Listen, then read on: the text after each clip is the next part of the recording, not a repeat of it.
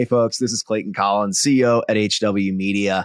I've been asking several of my team members, like, hey, who should I talk to about X? Who should I talk to about Y? Who's knowledgeable about this potential CoStar and Move Inc. acquisition? And multiple people pointed me to Todd Carpenter.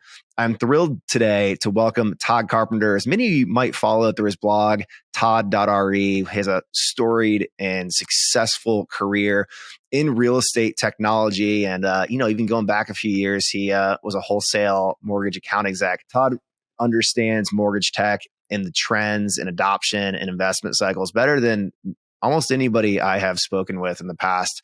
In today's episode, we talk about artificial intelligence and ChatGPT.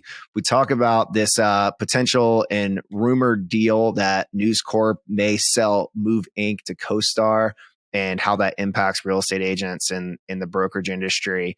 And talk about some of Todd's writing on trends that he's seen over the years in technology and prop tech and real estate. I hope you enjoyed today's episode with Todd Carpenter. This is an excellent episode.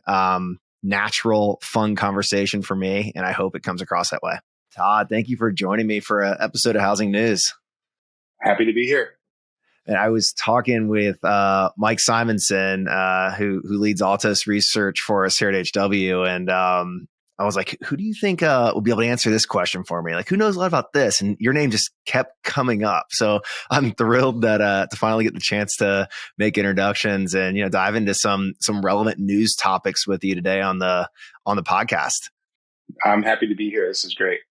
I also feel like I need to learn why Mike keeps saying, and other people have recommended that I meet you and that you're the expert. So I know that most recently you were the director of strategic investments at NAR or Second City Ventures, and have a long successful career path in the housing, mortgage, real estate, tech ecosystem. So can you first kind of tell me what you were doing most recently leading investments, and then we can kind of go into your career path of how you've built this level of expertise. Sure. Well, I worked at three different positions while I worked for the National Association of Realtors. The most recent one, when Bob Goldberg took over as CEO, he established a whole new division. Now it's, I think, a team or a group or whatever the PC term is, that specialized in building relationships with other businesses. So the group manages the Realtor Benefits Program and their relationship with Hewlett Packard or Stellantis or, big giant Fortune 500 companies. It also includes their store, and then Second Century Ventures, which was a fully owned subsidiary of NAR that they started at their second century, their 100-year anniversary. And that's why it's called Second Century Ventures. And in particular, they created an accelerator program called Reach. Started over 10 years ago. There was about 8 companies a year for several years, and then we grew it out to have a special commercial class, a class in Canada, a class in Australia, a class in the UK. So now there's been hundreds of proptech companies that have now gone through this program and are all sort of, alum of each other. And so it's a pretty cool network. And over that time, I just really helped introduce these proptech founders to mentors, to strategic, brokerages or association executives, things like that. Give them strategic advice about the politics of NAR and the real estate industry and all these things that don't necessarily make sense to an outsider, and kind of explain how to navigate through that. And so I'm very proud of that work. It was really good. I still feel like there's a lot about the politics that I don't understand. So excited to better understand that. So tell me more about Second Century. When did that venture arm start, and what was the mission or the mandate out the gate? Yeah, so I'm trying to remember. I believe it started around 2008. I had first come to NAR to help them with their social media strategy, which today sounds sort of silly, right? You could give the intern the social media job. Yeah. But in 2009, the idea that the members would be talking back online and voicing their displeasure and what are you going to do about it and all these things is very foreign to this organization that was used to being like the voice of real estate, right? So a lot of it was more about strategy and how to respond and what to say and when to say it than, just tweeting or something like that. And at the same time, they had created this venture capital firm, and it was led by Constance Friedman, who now runs Modern Ventures. Mm-hmm. And we connected because I really had, I was really paying a lot to attention to the different technology companies that were emerging along with social media. And so it's funny, for the first year or so that I worked there, she would ask me, "Hey, can you introduce me to this person?" And I'd be like, "Yeah, sure." And then by the second year, everyone kind of figured out what Second Century Ventures was, and all these other people were asking me to introduce her to her. So it was fun to watch it kind of rise up. One of the earliest investments was DocuSign, and that was like a huge deal to get in. It took over a decade, I think, for them to finally IPO, but man, what a great relationship that turned into. They became a benefits partner. They built stuff specifically for real estate because of that investment. And now members have a really great tool, and Second Century made a really awesome investment that helped fund all their other growth. So would you consider it kind of like a dual mandate strategy where there's like, it is like profitable with investments like in the right deals, there's money to be made, but you're also bringing benefit to the members by supporting the right technology getting off the ground? Yeah, sure. So when we would go in and evaluate companies, there were a couple things that we look at that would be different than a pure venture capital firm that had no relation to NAR. And the first would be, is this product something that will net benefit real estate agents? Like if someone came along and created a for sale by owner AI robot to replace all agents, that could be an awesome investment. It might be really successful, but it wouldn't be something that NAR would invest in, right? So there always had to be that benefit to the realtor. And then the second piece of it, though, was the CEO now, Bob Goldberg, he created a lot of these things like Second Century Ventures and the relationships with these other companies. And one thing he really wanted me when he became CEO is to double down on partnering with technology companies as opposed to maybe competing with them or being adversaries of them. And certainly, you think about all the fake drama, real drama with Zillow and Trulia and all these early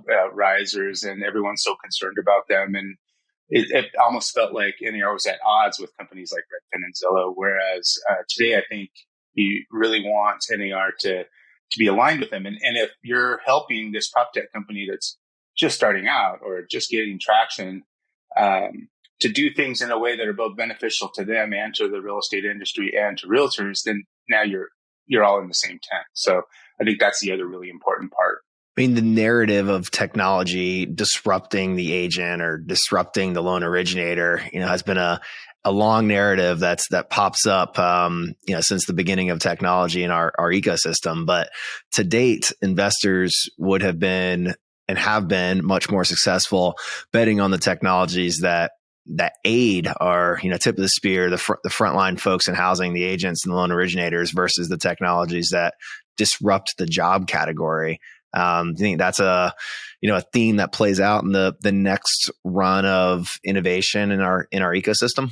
Yeah. I mean, if you think about 30 years ago, there was this famous speech by the president, the volunteer leader of NAR, Bill Chi, and it was called the Lions Over the Hill speech. And I think you can still Google it. It was online for a long time. It's pretty funny to watch, mainly because it's 30 years old and all the tech, the Windows 3.1 avatars and things like that were pretty hilarious. But the idea was this big bad monster, and they thought at the time it was probably Microsoft, is over the hill, a lion over the hill that's about to destroy us all. And it was this idea of, some company is going to come along and do to us what Travelocity and Expedia did to travel agents. The difference is booking a flight is a whole lot easier than selling a house. And so It was like this call to action to start putting listings online, which is very controversial at the time. No, people wanted to guard all the listings and have agents be the gatekeepers to those listings instead of like the shepherds of those listings. But they did it, and they started getting that off the ground. And that's sort of how realtor.com eventually evolved into this idea of, hey, let's go compete in the marketplace. And if you look today, far more, like even NAR's own surveys, they'll say that far more people will credit the internet for the place where they found their home as opposed to the real estate agent. But more people are using real estate agents today than before the internet. So it's like they still need the real estate agent for the expert advice and the negotiation and all those other things. And often it's the real estate agents providing all this cool tech to them to help them find that home. And so you could look at a company saying, oh, maybe Microsoft was going to come along and build something but with real estate agents working together and being in the tech field, they built something good enough to stave all that off. So you're unique in that you've, represented realtors as being part of National Association of Realtors, but you've also spent time at what was perceived a potential disruptor at one point in Trulia, even though the thesis played out differently. How does that background of working for technology companies like Trulia, and then also like looking back at your LinkedIn, you've originated loans before and been on the mortgage side. How does that background of seeing different parts of the industry and actually doing the job, being in the role, influence the way that you've led your career in social media and then in investments with National Association of Realtors and Second Century? It's funny because if you look at it from like the mortgage side and then the tech side and working at the association, I've never actually been a real estate agent.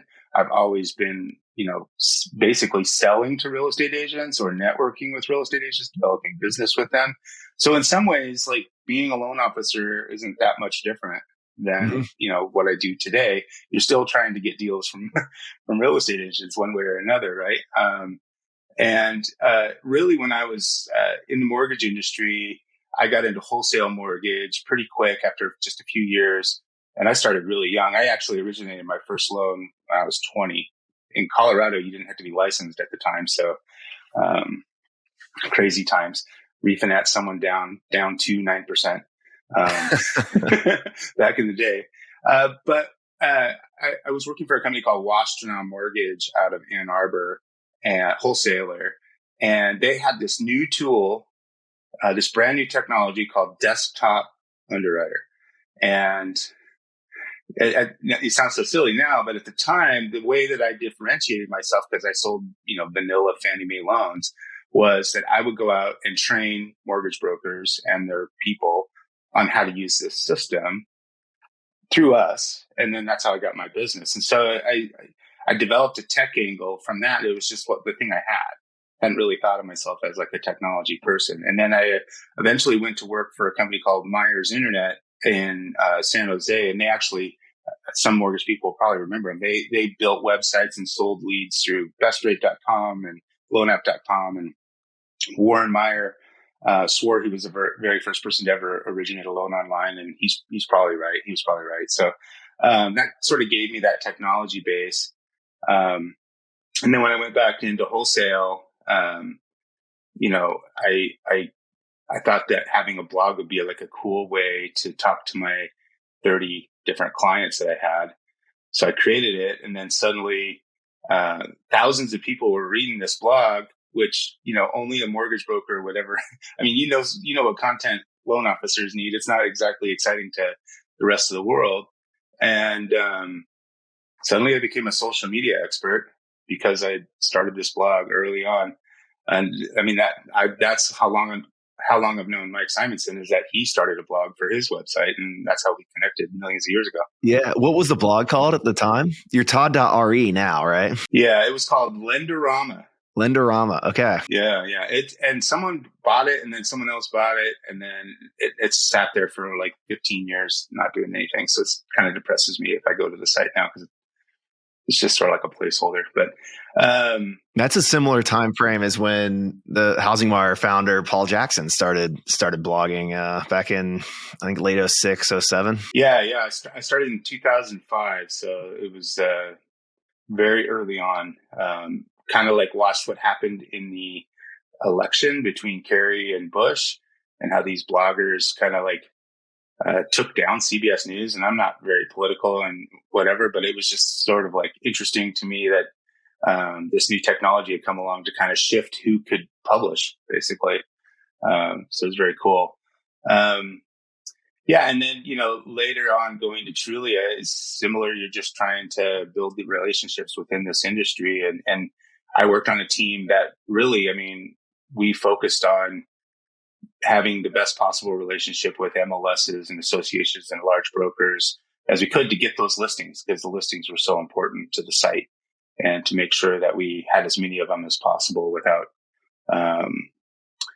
making everyone mad. All right. So in 05, the hot tech was a blog, and now now the hot tech is artificial intelligence. It seems like ChatGPT has everybody's attention across different industries. We're certainly playing with it in certain ways to create frameworks for content, and I've been generating ideas for event names and podcast names. It's a fun tool to play with. I believe it was last week, CNN published an article that real estate agents don't think they can do their jobs without it, which I think was a massive overstatement. But I'm interested in your take on how or if ChatGPT is being used in the real estate profession, and we'll take it from there. Well, I think that what's scary about it is that this is just the beginning of something that we've all been talking about for like 10 years. The term artificial intelligence. When I went back to NAR and built the data analytics team and hired data scientists, artificial intelligence was this term, just another term for machine learning. Really, it just it was something that wasn't nearly as advanced as it is now. So it's cool to see new technology and figure out ways to use it, just like social media. Sometimes, it's not very groundbreaking. Like, for instance, blockchain hasn't exactly changed the world. It's cool, but most people don't realize really that blockchain is in their life or not. But this particular technology is interesting to me because there's only a few things that a real estate agent does that is protected by copyright, right? So when you think about an MLS trying to protect all of the listings that they have on their site, or an agent or a broker trying to protect them, and not having someone come along and copy everything. And one of them is the listing description. So this guy is basically like writing this, saying he can't get along without this machine to create the listing description. But if he didn't create that content, then is it truly copyrightable? And you could argue that if you're the one that writes the query, then the output is something that's copyrightable. But it also means that anyone else could write the same query. And so if someone wanted to come along today and steal a bunch of listings and put them up online, the number of bedrooms and the square footage, that's all facts. You can't stop them. But the way that NAR and MLSs have defended this in the past is, hey, there's this intellectual content or intellectual property, right? And one of it is listing descriptions. The other is pictures. It's funny, this art behind me is art created by artificial intelligence. And it was just a conversation on Twitter with actually Mike Simonson and another friend of mine, Jeff Turner. And we were talking about this new I think it's called Dolly. Yeah. Mike shared Dolly with me. So, it was like, what if Rothko created a college lecture and it created this art? And I thought it was cool. And I always wanted a Rothko and I couldn't afford it. So I printed these off.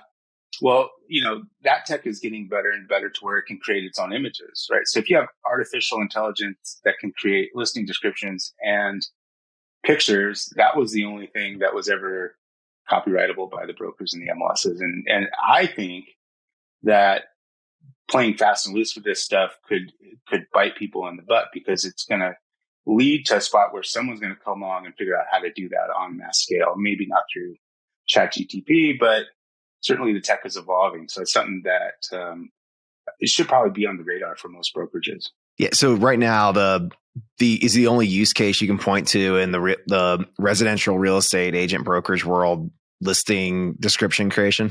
Well, there's a lot of them. I mean, if you think about like, what is the most basic form of a listing agent? It's probably like the person who works at an apartment complex and shows those properties, right, to rent. And there's 6 units that, 6 different layouts and on these different floors. And there's only probably 500 questions that they ever have to answer. Mm-hmm. And that could be pretty easily like documented. And certainly a robot could probably figure out how to replace a listing agent in that case in every single point. Negotiating a skyscraper or even a regular home, far more difficult, more emotions, things like that. But the tech just keeps growing, right? So you always thought like robots are only going to ever replace, the guy building fenders for a Ford truck. But the reality is that the tech is evolving to the point where it really could start to take over a lot of the functions that a real estate agent does. So I don't think that means it would kill off real estate agents, but it certainly means that like one really good agent could probably do tenfold the business using robots instead of teammates, right? So I think that could be interesting. And then on the flip side, I think that especially if you think about this as a robot, it could definitely do a lot of the searching that a buyer would want, right? And not ever fall asleep, not respond to a call, and not be tied to one source. It could go off to Craigslist and to the Zillow and to homes.com and everywhere and look everywhere all the time and know everything about you. And you would trust it because it's all in here and not off in the cloud somewhere. So when robots this small can start doing that kind of work, then I think that could be, I think that actually could be probably more disruptive to companies like Zillow and Homes and Realtor.com than anything, because the search doesn't have to be in one spot. Then they don't have to go to one spot. They could just say, "Hey Siri, find me a home," and it would be able to do that. It feels like with the AI tools that are coming out now, that are essentially open source and accessible. There's a need, or there's a prompt for current incumbents to adopt as quickly as possible. If the MLSs are enabling AI and creating listing descriptions direct from platform, that's a feature. If home search tools are enabling me to say like, hey, I only want to see homes with modern kitchens and rectangular pools with saltwater. That's a capability that I think incumbents could adopt, in opposed to the door being opened by AI for disruption. Are you seeing incumbents in the real estate tech ecosystem be early adopters or fast movers as this technology kind of controls the headlines right now? It's I think it depends on how you define something like AI. But when I worked at Trulia, this is the year they IPO'd, like 10 years ago, something like that. They were already working on the software that looks at the photos, right? And so when there would be a consumer on the site and it was looking for homes in a certain area, and it just kept stopping on pictures where there was like a vaulted ceiling or Florida ceiling glass or stainless steel appliances, it could realize that you were spending more time on those pictures. And then what it would do is it would serve up the same pictures in listings over on the side, in the sidebar, and it'd say, like the properties you may also be interested in that were like outside the search parameters.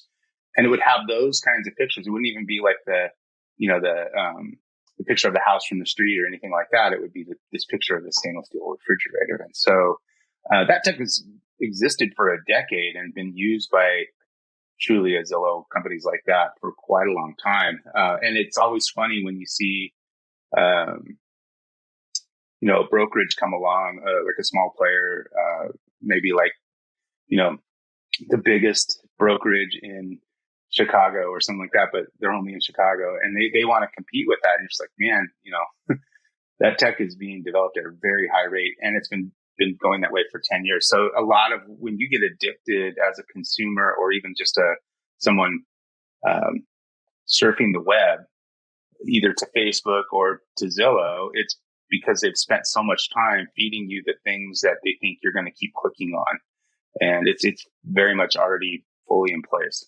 Yeah, that's interesting. We're definitely testing some use cases in our websites and ecosystem, and a few products that I think will be pretty cool that will come up the pipe in the next year. But we've learned initially that there's some of the early use case, the training only goes so far. So if you start talking I think the most popular use of ChatGPT so far has been answering questions and basic questions like how's the housing market or what's going on in the mortgage industry, kind of quickly reveals how far these algorithms have been trained. And you currently ask how's the housing market, and you get that it's recovering from the effects of COVID-19, low inventory and low rates create a high demand market with lots of bidding wars. And okay, well, that was a true answer at a time. It is not necessarily the answer for today. So there has to be caution in how it's leveraged.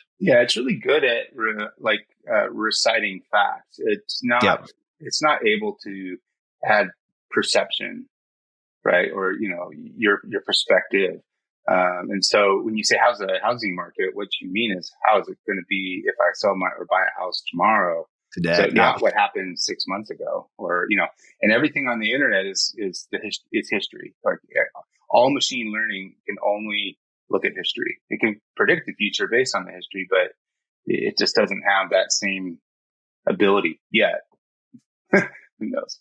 Yeah. Hopefully not. It gets a little scary when it starts predicting the future. But I mean, it kind of rings true to what technology has been and should be. It's an enabler for humans to, operate at their highest and best. And that's where judgment comes into play, which technology has not necessarily gotten there yet. Yeah. I recently was watching Sam DeBoard speak about ChatGPT, and he's the CEO of the Real Estate Standards Organization.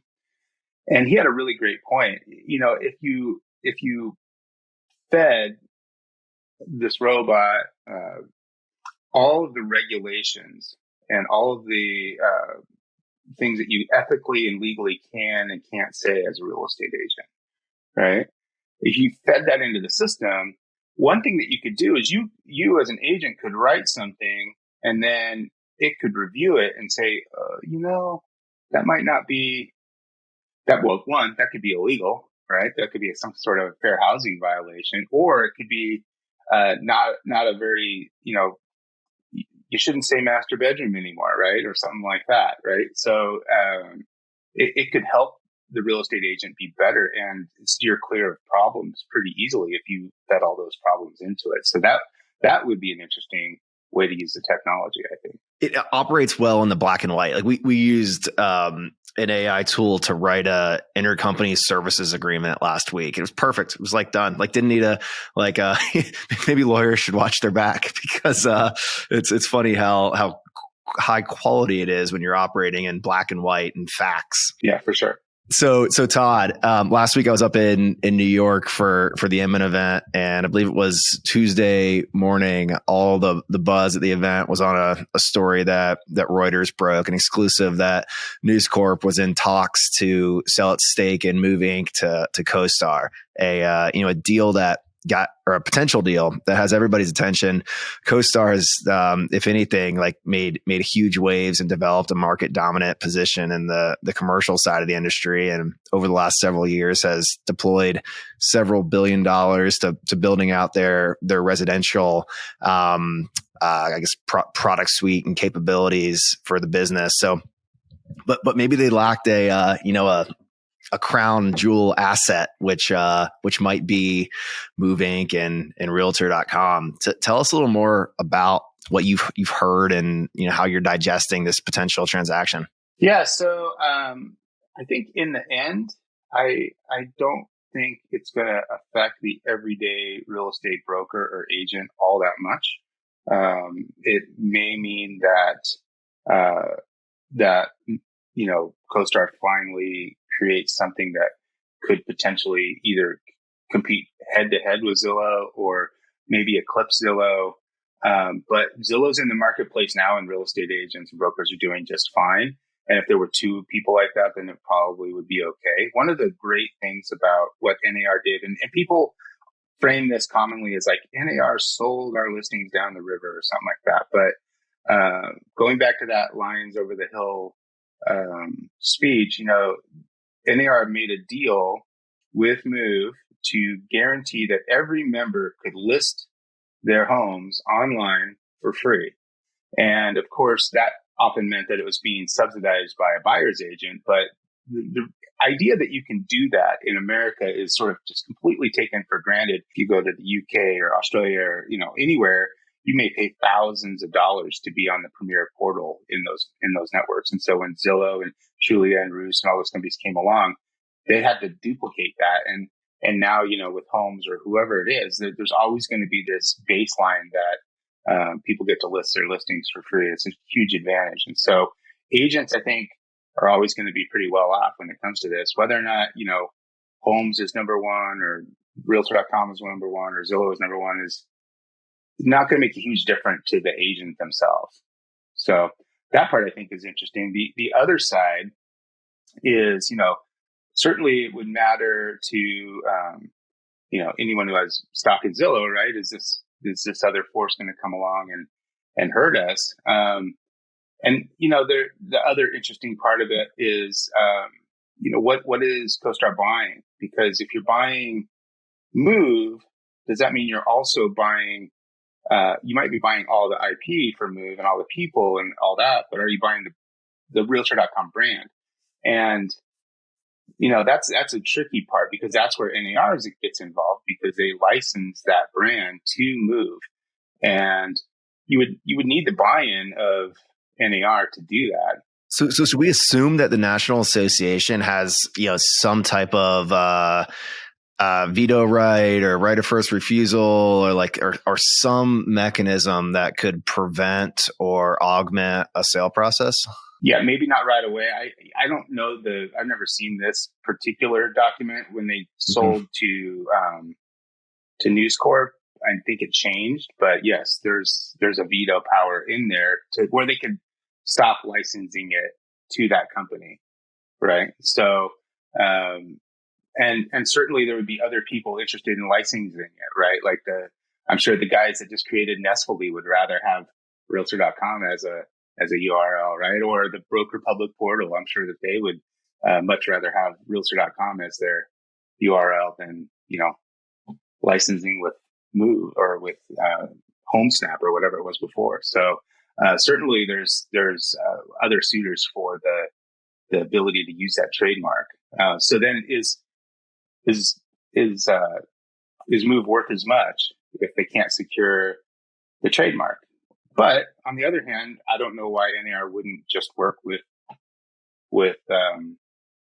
CoStar, right? Because they're just another immensely powerful media company, just like News Corp. So it's all worked out before. I think it'll work out again. I've seen media outlets report on that News Corp purchased their stake in Move for $1 billion, and this deal is rumored to be at $3 billion. And when we talk about other suitors, companies aren't valued off it's 3 times what they paid, so that's kind of irrelevant. But with other suitors in the mix, and the value of the Realtor.com brand and the multiple use cases and how it could be leveraged by different players in the industry. Part of me wonders why News Corp is venturing into this deal. It seems like it's a performing asset and has legs to continue on inside of the News Corp family. How should we speculate around what what Murdoch's thinking, or do we have any insight into that yet? I mean, I have zero insight except that, having worked at a portal, it's very hard. It's, the work is much more difficult, and people think that, a lot of brokers, a lot of agents resent you. And, one of my first jobs in high school was selling brake and tires and stuff like that for Sears Auto Center. And it's the kind of sales where no one's happy to be there. No one wants to buy your product. They feel like they have to buy your product. So if you think about News Corp buying Move, what have they done with it? I mean, they used all of their other assets to promote it. They put, listings from Realtor.com into the Wall Street Journal and things, they all this integration, and it's still nowhere close to what the traffic that Zillow is getting. So, like, maybe Rupert is like, well, this isn't worth. It might be worth more to sell, but it isn't worth keeping for us because it's just not performing, at the high level that we want it to. It's performing well, but maybe not quite. And if you think about how many people have gone in and out of the building at Realtor.com and Move in the last couple of years, I mean, it doesn't seem like maybe they've, been 100% happy, right? So maybe that's part of it, and that that could definitely be part of the deal. And then just to go back, the valuation to buy Move might be $3 billion, but the licensing from NAR to get that name is a couple $1 million a year. So it's nothing like that. So those other organizations that want it, they wouldn't necessarily have to buy. Even CoStar wouldn't necessarily have to buy Move in order to acquire that name. The devil's in the details of those contracts. They Move. Murdoch's not exactly an inexperienced deal maker. I'm sure there's some teeth in that majority ownership deal. Yeah, it's hard to see how they would how CoStar would buy, and even News Corp would expect to sell Move without the buy-in of NAR. Yeah. So I assume that it's there. I mean, CoStar is, if anything, has a incredible track record for building market dominance. I mean, their reputation in the commercial real estate space, it's tethered to the fact that they, have the control position. And I think the CRE brokers, developers, owners, love them and hate them. They have all the control. They have all the pricing power, but everybody uses their platforms, and potentially the prospect of building another market dominant player in residential might not be the worst partner for the National Association. Yeah, but I still think the huge difference between commercial and residential in the U.S. is the MLS system, which basically guarantees that if I'm a listing agent and I want everyone in the world to know that I have this listing, that everyone in the world can find out, right? That it's going to go to every other broker who has a website and go on their website. It's going to go to every portal. It's going to go, anywhere I need it to every other real estate agent who has a buyer looking for my property, even behind the scenes. It's all going to be there.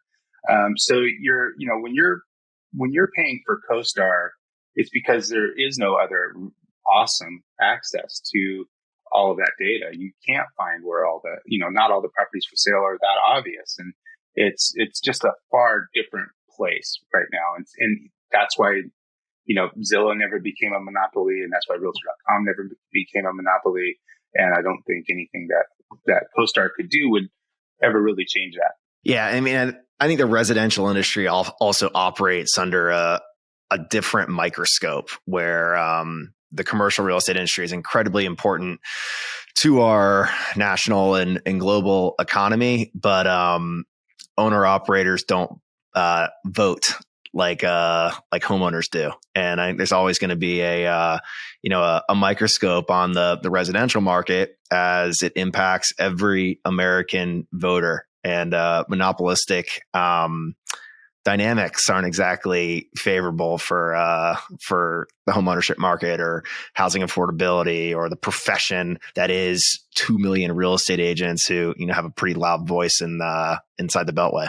Yeah, for sure. I think that's the most underrated part of people who pay their their membership dues to NAR, they don't really understand just how powerful that organization is in its ability to work with the government.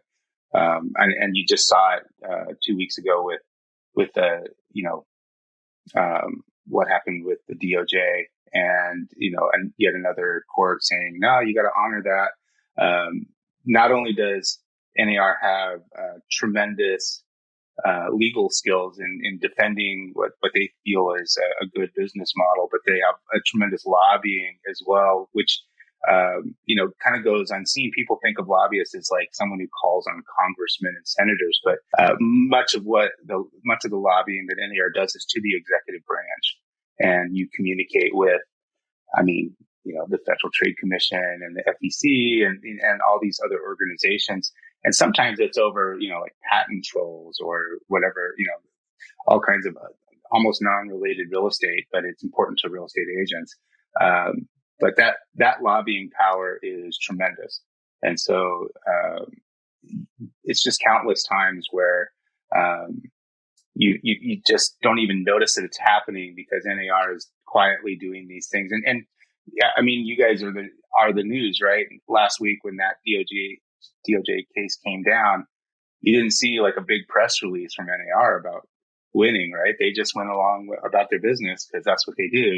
No need to tug on Superman's cape, and they always do that. And it's too bad that real estate agents don't take note of that because those guys are ninjas, man. They really get stuff done. It's been awesome working at NAR and seeing that behind the scenes. There's a quiet confidence about getting that stuff done for their members, and they always seem to get it done. Yeah, the big story is there's some thankless jobs out there. There's some thankless roles in leadership. There's some thankless roles in association and government. And sometimes things just have to get done without the pat on the back. So I kind of respect that quiet confidence. Yeah, for sure. So Todd, and you talked about your initial blog in the 2000s. Today, you're writing under the todd.re URL, and one of your posts really caught my attention that ties together this conversation about artificial intelligence and M&A of with Realtor.com and Move and CoStar. The title was "The Long, Slow, Beautiful Grind of Real Estate Evolution," and I literally can't count how many like founders I've talked to over the last 6 or 7 years who started their real estate tech company because they tried to buy a house and the process was archaic and slow and didn't work the way it should. So they're going to raise venture money and solve the issue. You have a different outlook on that. Tell us about how you think about the real estate tech ecosystem and maybe the mistake that founders and investors, or maybe the misperception that founders and investors operate under. Well, and that example is so good. And working with Reach, certainly I've literally interviewed all kinds of companies like that found that the process laborious. And the reality is if you can't afford to pay cash, you can still buy a house in America. It's just hard. It's just complicated, right? There's a lot of different organizations that have to get involved, including a mortgage company. And then the mortgage company wants to make sure that there's no one else on the title. So you have to get a title company involved, and the title company has to provide insurance, and there's someone backing up that insurance, and there's a secondary market to pay for all this. And there's a lot going on. And so again, it's not hailing a cab or booking a flight. This is very complicated process. And it's usually the biggest financial deal that any one buyer or seller is going through at that time, right? They might have a more expensive house in 10 years that they're buying or selling, but right now it's a really, really big deal and it's complicated. And so if you're living in the Bay Area and a condo costs $1 million or, then suddenly those small percentages that pay almost nothing in Dayton, Ohio seem astronomically high. And hey, there's times when a real estate agent working in a market like that is not really doing very much to make a lot of money. And I'm not saying that if you can go out and find a better deal as a buyer, you should, if that's and get someone that can, honestly help you. And it's just too often that people think this is an easy business, and it certainly isn't. And at the same time, like I said, I was 20 when I got into the business, and it was in the 90s. The market has just changed drastically over that time, and things like desktop underwriting, things like DocuSign and digital ink, and back to your DU days and your wholesale. Yeah. I mean, if you think about the desktop underwriter, the idea of an algorithm, like a couple of algorithms deciding that you can buy a house now when you couldn't before, opened the door to millions of people that could now buy a house as a first-time home buyer. And it led to a bubble, but it also, there's still been growth well past that bubble. If you look back, for the last 15 years. So, there's been tremendous change. It just, at any one given second, it doesn't really feel like, and it's very easy to say, well, the real estate industry is just slow. And if you meet, a 60-year-old realtor in the suburbs of Chicago that doesn't know what Dropbox is, that's not going to be a surprise, right? But they still are really good at selling real estate. It's the technology pieces are, being used though, just all around them sometimes, even if they don't realize it's happening. So, I just feel like you got to be really careful about what you think you're going to disrupt. And a lot of times it might be better to do what Bob Goldberg's trying to do, where, get aligned between real estate and technology and not necessarily opposed to it. Because even when Zillow launched, they talked about how Rich Barton was quoted about how Zillow is going to provide all this additional information, and that's going to take part of the advisory role out of a real estate agent's, toolbox. And because of that, that will drive down the price of what a real estate agent could charge and save consumers money. And today, you would never hear him say that, because he's promoting real estate agents that can, pay for the services that they provide. And of course you need a real estate agent. It's like the foundation of their business is to refer business to real estate agents. So, even the biggest disruptors have often pivoted to align themselves to be more successful within the industry. Real estate has done way more to disrupt proptech than proptech has done to disrupt real estate. That's really interesting. Todd, can't thank you enough for joining us for this episode to talk about innovation and some of the trends we're seeing in the housing and prop tech and real estate ecosystem. I mentioned in the beginning that most recently you were in this role of director of strategic investments. Give our audience a quick glimpse into what you're doing today and how they should find you or follow you. Yeah, so I'm at todd.re. That's my URL, and I've opened a proptech advisory. So, I've found that in my career, I'm good at helping real estate agents understand technology, real estate industry understand technology, and I'm good at helping technology companies understand real estate. And so I'm sort of like that guy, Tom, in the Office Space, the engineer liaison. Because engineers don't have people skills. Yeah, I'm sort of that. You got to think of a better analogy than like comparing yourself to Tom from Office Space. But we'll work on that with you. Jump to conclusions guy. You know what I'm talking about. Yeah. So so that's kind of what I do. I introduce prop tech founders to people within the industry. I help them with their product fit, and vice versa for brokerages looking to help with their tech stack, things like that. Excellent. Thank you, Todd. Talk to you soon. Thank you so much.